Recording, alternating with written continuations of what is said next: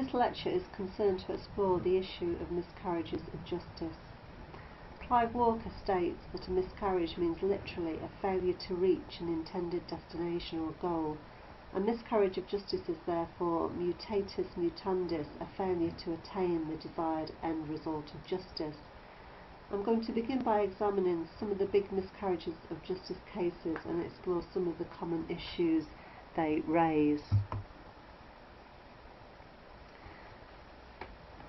This case concerns the 4 people who became notorious as the Guildford Four.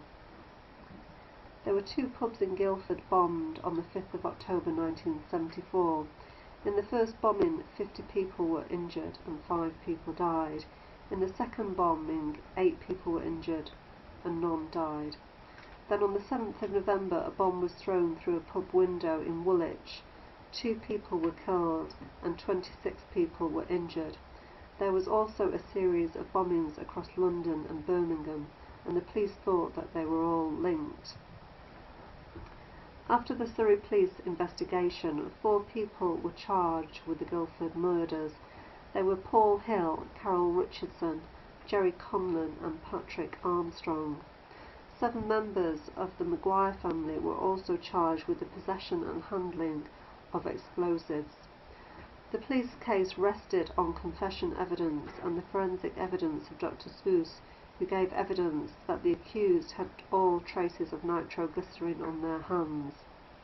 The Guildford Four were convicted of murder on October 1975, and the Maguire 7 were found guilty of possession and handling in March 1976. The Guildford Four launched a first appeal in 1976, which was dismissed. Eventually, Avon and Somerset held an inquiry into the investigation of the Surrey police and concluded that there were great flaws in the investigation. For example, the alleged confession of Patrick Armstrong was not written up immediately, and it was thought that officers may have colluded in the wording of the statements. The 1989 appeal was successful, so that the Guildford Four were released on the 19th of October 1989 after serving 15 years in prison. The Surrey police were heavily criticised for the way in which they conducted their inquiry. The prosecutor said that it was his onerous duty to tell the court that evidence of the greatest significance had been brought to his attention, evidence throwing light on the honesty and integrity of the Surrey officers. All members of the Maguire 7 served their prison sentence with the exception of Giuseppe Conlon, who died in prison. However, the Court of Appeal quashed their convictions after ruling that they were unsafe in 1991. Although there was no blame on the forensic scientists, it was acknowledged that the suspects could have unwittingly been contaminated with nitroglycerin.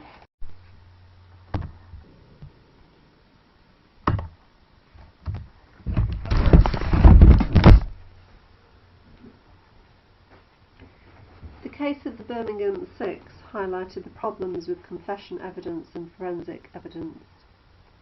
They were jailed in 1974 for the bombing of 2 pubs in the centre of Birmingham. 5 of the 6 had been arrested not many hours later whilst travelling on a train to catch a ferry to Northern Ireland to attend a funeral. The pub bombings took place on the 21st of November 1974 in Birmingham. 2 pubs were bombed within minutes of each other and 21 people were killed and 182 people were injured. A third bomb outside a bank in Birmingham failed to detonate. The prosecution evidence rested on 3 legs: confession evidence, forensic evidence of nitroglycerin handling, and circumstantial evidence linking them to known Republicans. They were found guilty of the murder and were jailed in 1974. Judith Ward was wrongly convicted in 1974 of the 1972 coach bombing in which 12 people died. The coach was travelling from Manchester to Catterick and RAF Leeming, and the coach was carrying soldiers and members of their families. Judith Ward was arrested 10 days after the bombing, and she was taken to the police station. Inquiries revealed that she had had previous encounters with the police and was an IRA sympathiser. Her fingernails were scraped and nitroglycerin was found. She also gave confession evidence. On the 4th of June 1992, her appeal was successful. At the appeal, evidence was given that she suffered from a personality disorder which had resulted in a false confession. The Court of Appeal held that the government scientists had withheld material evidence and had misled both the prosecution and the defence. Sally Clark was a solicitor who was wrongly jailed in 1992 for murdering her 2 baby boys. She was freed by the Court of Appeal in 2003. The Court of Appeal ruled that she did not have a fair trial because the prosecution had failed to disclose to the jury a vital microbiology report which indicated that Harry, the couple's second son, probably died of a bacterial infection. It was argued that it followed that if Harry's death may have been from natural causes, it followed that no safe conviction could be reached that Christopher, the first son, was killed unnaturally. The Court of Appeal also considered the statement produced by the prosecution expert witness in the original trial. Roy Meadow said that there was a 1 in 73 million chance that 2 babies from the same family would die of cot death. The Court of Appeal found that this statistic was not accurate and did not take into account the fact that 1 cot death made in a family increases the chances of a second occurring. Following the doubt thrown on the evidence of paediatrician Roy Meadow, Harriet Harman, the Solicitor General, announced on the 21st of January 2004 that an urgent review of cases of women convicted of killing their babies would ensure that justice will ultimately be done. She said that there would be a fast-track process for cases that needed to be referred to the Criminal Cases Review Commission. Angela Cannings had 4 children, 3 of who died. Her first child died of sudden infant death syndrome, and she was not charged with this death. But she was charged over the death of 2 of her other babies. The prosecution argued that she had smothered them. She was put on trial in February 2002 and found guilty of the murder of the 2 baby boys. However, her conviction was overturned at the Court of Appeal in December 2003. Again, the medical evidence of Sir Roy Meadows was heavily criticised. He was later struck off the General Medical Council register because of his unreliable evidence in this case. The case of Stephen Kitsko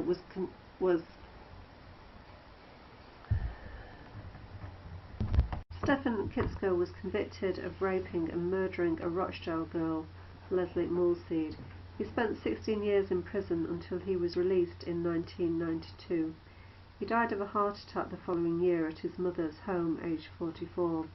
His mother, who had waged a long campaign to prove her son's innocence, died 6 months later. Stephen Kitsko suffered from XYY syndrome, a condition in which the human male has an extra Y chromosome. Such males are normal except for sometimes slight growth abnormalities and minor behavioural abnormalities. One of Stephen Kitsko's behavioural abnormalities was jotting down the registration numbers of a car if he had been annoyed by the driver. This led in part to his wrongful conviction. He had at some point near to the murder unwittingly jotted down the number of a car seen near the scene of the crime. It was argued that only someone at the scene could have known the number of this car. As part of his condition, Stephen Kitsko would have been physically incapable of the sex crime of which he was convicted. He did not secrete sperm on ejaculation, and the murderer had left sperm on Leslie's underclothes, something which was never disclosed to his defence. Again on appeal, this conviction was quashed in 1992.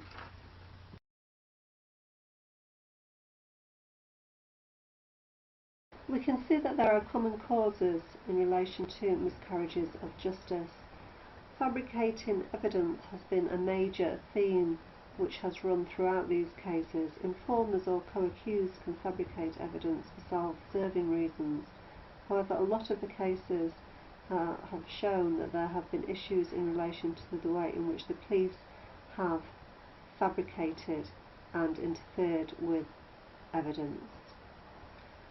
Unreliable identification has also been important. The police and lay witnesses can be unreliable in their memory when identifying suspects.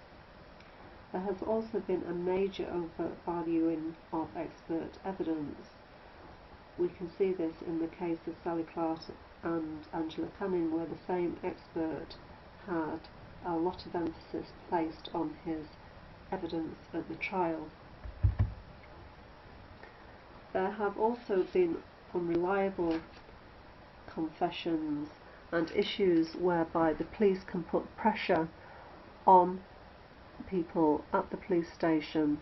We can also see that there is a particular susceptibility for certain people who have mental health issues or some other kind of physiological instability, who are more likely to make confessions that cannot be relied upon. There have also been major issues in relation to the non-disclosure of relevant evidence by the Crime Prosecution Service to the defence team. Poor forensics has also been a major theme, whereby the scientific evidence cannot be relied upon. There is also prejudicial presentation of defendants, whereby people in court are presented in a way which is not helpful to their case. Another major theme has been when the crime has never happened, so that there can be an assumption that a crime has occurred, and therefore this creates an assumption that somebody is guilty. Also, convictions can be based on solely circumstantial evidence which is not corroborated in any way. There can also be ineffective juries who fail to understand the complexities involved in expert evidence, particularly when forensic evidence is being delivered. There can also be gullible jurors who do not look at the evidence in front of them. So, for example, when the Guildford Four arrived in court covered in bruises, there was no recognition of the link between those bruises and how they could have happened in relation to personnel employed by the criminal justice system. There can also be biased juries whereby people have certain stereotypes and this influences the decisions that they bring in. There can also be problems with appeals. There can be lack of access to lawyers, and in particular the problems caused by legal aid can mean that people are not getting the best legal representation possible. It was clear that there were problems in particular with the so-called Irish cases, where people were linked to the IRA and miscarriages of justice started to occur. Sir John May set up an interim report. Sir John May was a former Court of Appeal judge, and he was asked to investigate the miscarriages of justice in relation to the Birmingham 6 and the Maguire 7 cases. On the 12th of July 1990, his interim report on the Maguire case, the inquiry into the circumstances surrounding the convictions arising out of the bomb attacks in Guildford and Woolwich in 1974, was published. He was highly critical of the scientific evidence of the prosecution that the prosecution used. There was evidence that the scientists had lied during the trials of the Maguire 7 and also Judith Ward. They did not disclose to the prosecution that some of the tests on the accused proved negative in relation to handling nitroglycerin. Due to this interim finding, the inquiry's terms of reference was expanded to include, firstly, the preparation of court evidence by expert witnesses, secondly, advanced disclosure of scientific evidence, thirdly, the authorisation of prosecutions based on scientific evidence, and fourthly, Home Office assessment of scientific evidence when claims were made regarding miscarriages of justice. Due to this wider remit, the inquiry on the 14th of March 1991 became the Royal Commission on Criminal Justice, and it was chaired by the former sociologist Viscount Runciman. Concerns regarding the Birmingham Six led to 3 appeals in the Court of Appeal. It took 3 appeals to secure their release. Eventually, new evidence of police fabrication and suppression of evidence was put before the court, discrediting both the confessions, and the issues with the forensic evidence led to the Crown withdrawing most of the case against the men. This is an example of a quotation from Lord Denning in the Court of Appeal, 1980. Lord Denning said that when striking out their civil proceedings for assault against the police, if the 6 men win, it will mean that the police were guilty of perjury, that they were guilty of violence and threats, and that the confessions were involuntary and were improperly admitted in evidence, and that the convictions were erroneous. That would mean that the Home Secretary would either have to recommend that they were pardoned, or he would have to remit the case to the Court of Appeal. This is such an appalling vista that every sensible person in the land would say it cannot be right that these actions should go further. So it was quite clear from that quotation that Lord Denning thought that this possibility was just so very difficult to realise, and therefore he felt that they were not telling the truth.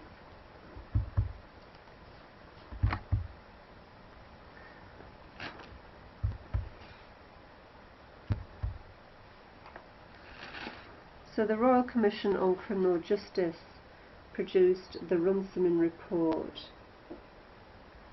in 1993, and the report was given to Parliament in July 1993. Its main recommendation was the establishment of an independent body to consider suspected miscarriages of justice and refer appropriate cases to the Court of Appeal. As a consequence, the Criminal Appeal Act in 1995 was passed. One of the things which this Act did was to provide for the creation of the Criminal Cases Review Committee, which was concerned to investigate cases of alleged miscarriages of justice.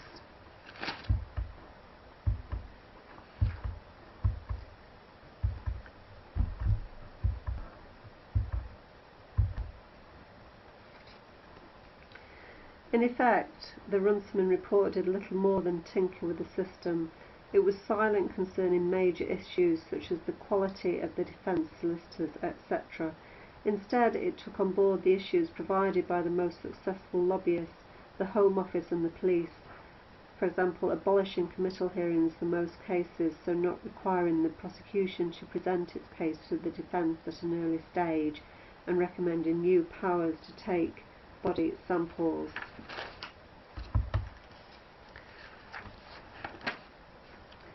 Since 1984, there have been 2 pieces of legislation that have been introduced in an attempt to prevent miscarriages of justice. The Police and Criminal Evidence Act gave detectives rigid rules on how long they could question suspects for, and insisted that interviews be taped to ensure that there was no mistreatment or undue intimidation. The Criminal Procedure and Investigations Act also was introduced in an attempt to make sure the police or the Crown Prosecution Service disclosed to the defence everything which could be relevant to the defence case. However, there is a continuing concern amongst criminal practitioners concerning just how forthcoming the Crown Prosecution Service is in practice in disclosing evidence to them.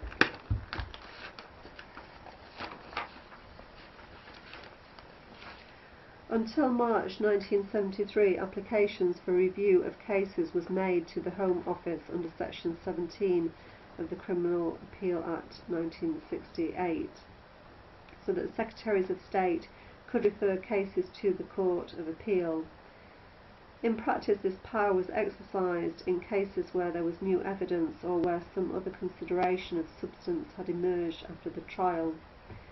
The Criminal Appeal Act 1995 was subsequently passed, enabling the establishment of the Criminal Cases Review Commission as an executive non-departmental public body on the 1st of January 1997. The Commission started handling casework on the 31st of March 1997. It's based in Birmingham and has a staff of around 100 people. There are 11 commissioners to this body, and their vision is to enhance the criminal justice system, to give hope and bring justice to those wrongly convicted, and try to contribute to reform and improvements in the law.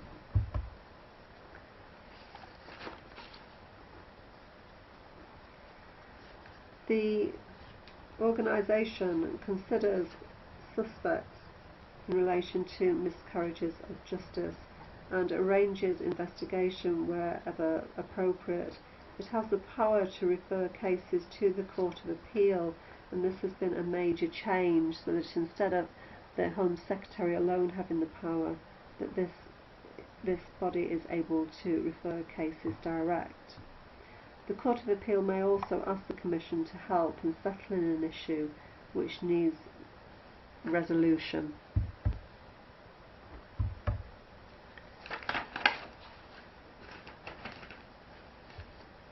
In November 1997, the CCRC referred the case of Derek Bentley, who was hanged in November 1952 at the age of 19 for the murder of a policeman. The court at the time took no account of his retarded mental state or the undisputed fact that he neither had possessed nor fired a gun. The murder of the police officer was committed by a friend and accomplice of Bentley's called Christopher Craig. Bentley was convicted as a party to the murder under the doctrine of joint enterprise. The two accused were in the middle of a burglary which had gone wrong when the police had arrived. Bentley was alleged to have said to Craig, "Let him have it, Chris." Craig opened fire and shot one of the police officers.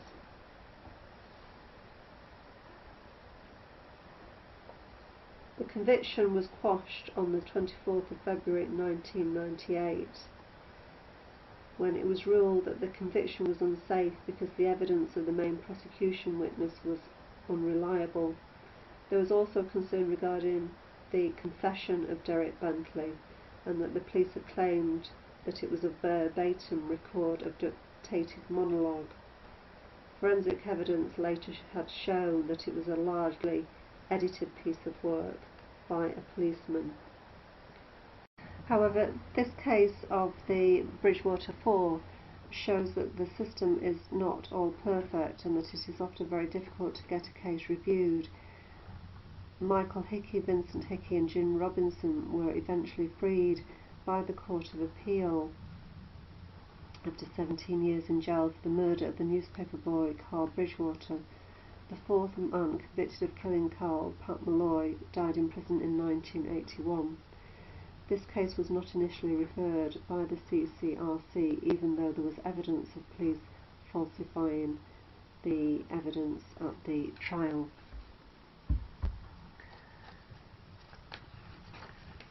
In reviewing the convictions, the CCRC is concerned to look at a number of issues. It's looking to see whether there are arguments raised or evidence raised that was not part of the earlier proceedings, or sometimes there can be exceptional circumstances that justify referring the case without any fresh arguments or evidence.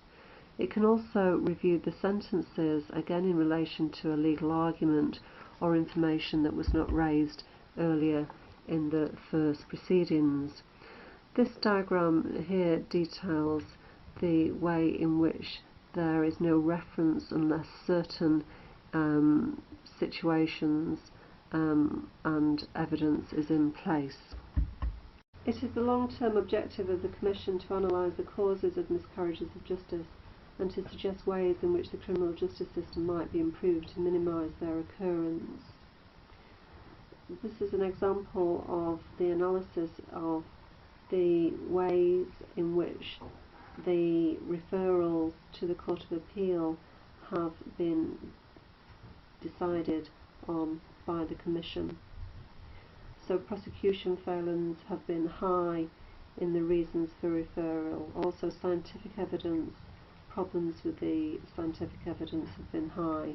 Non-disclosure and in relation to police information, interviews or statements has been prominent, and also the fresh evidence, new evidence is also important. It's also important to recognise that these miscarriages of justice continue to happen and have happened after the big reports into the criminal justice system. All these people here have been through the appeals process and are big cases in relation to miscarriage of justice, which I would like you to research to show how these themes in relation to the causation of miscarriages of justice are still occurring. There is the Miscarriages of Justice organisation that is concerned to provide support in relation to victims of miscarriages of justice.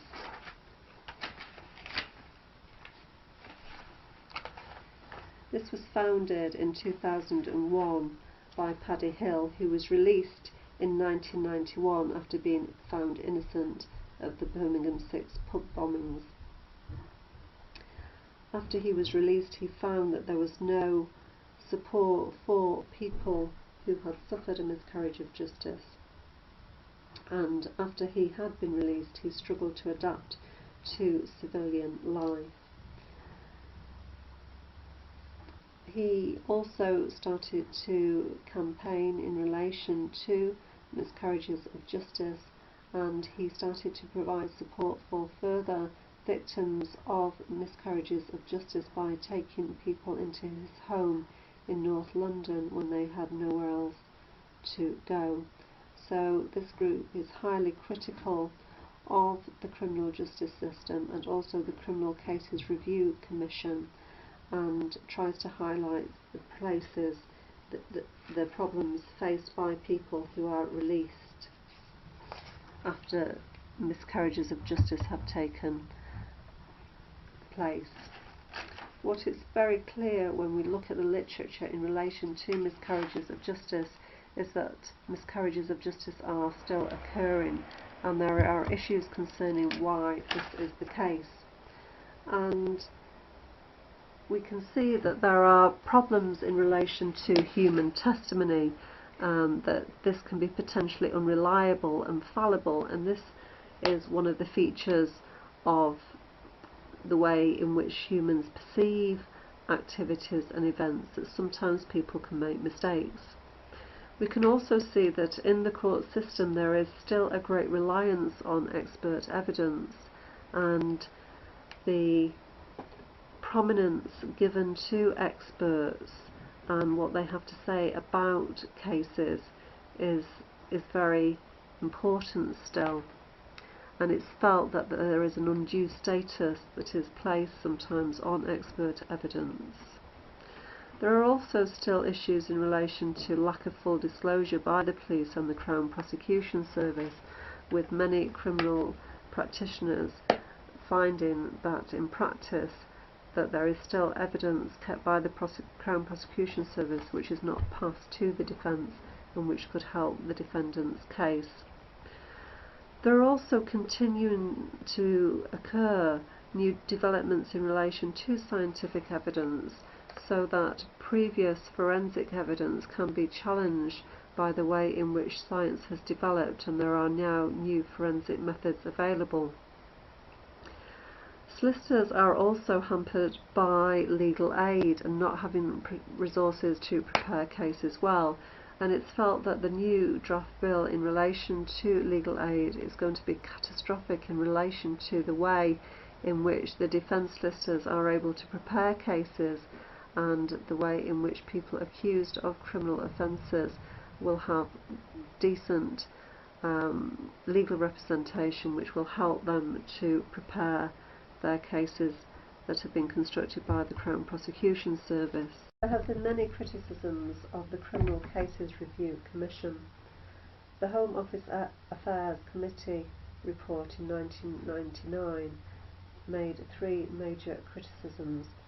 Firstly, it was argued that there are significant and substantial delays with the Criminal Cases Review Commission referring cases to the Court of Appeal. Also, it's felt that the standard of referral is too high and that the threshold should be lowered to allow more cases to be referred through.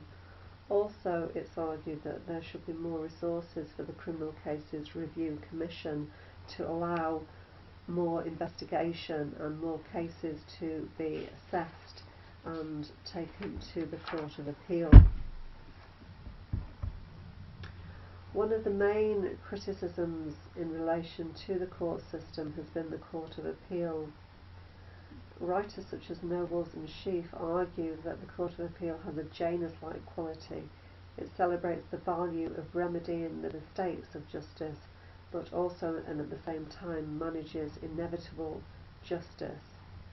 And it's argued that the judges in the Court of Appeal are reluctant to accept that there has been an error and to therefore be reticent when it comes to overturning previous judgments.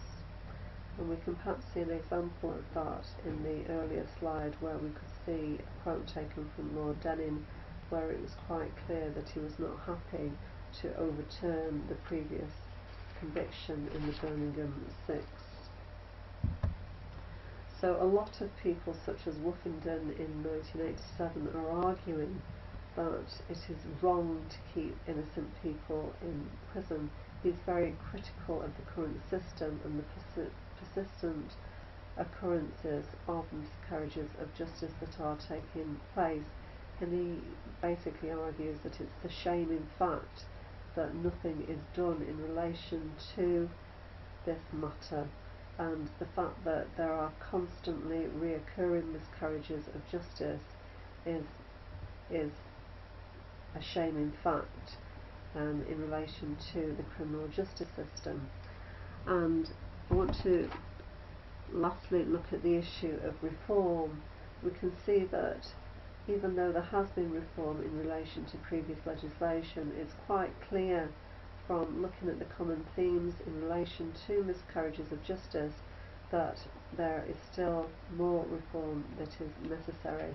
There needs to be changes in the law in relation to disclosure of evidence to ensure that all evidence which is collated by the Crown Prosecution Service from the police should be disclosed to the evidence, so that the Crown Prosecution Service cannot cherry pick and decide which evidence they choose to disclose to the court and to the defence.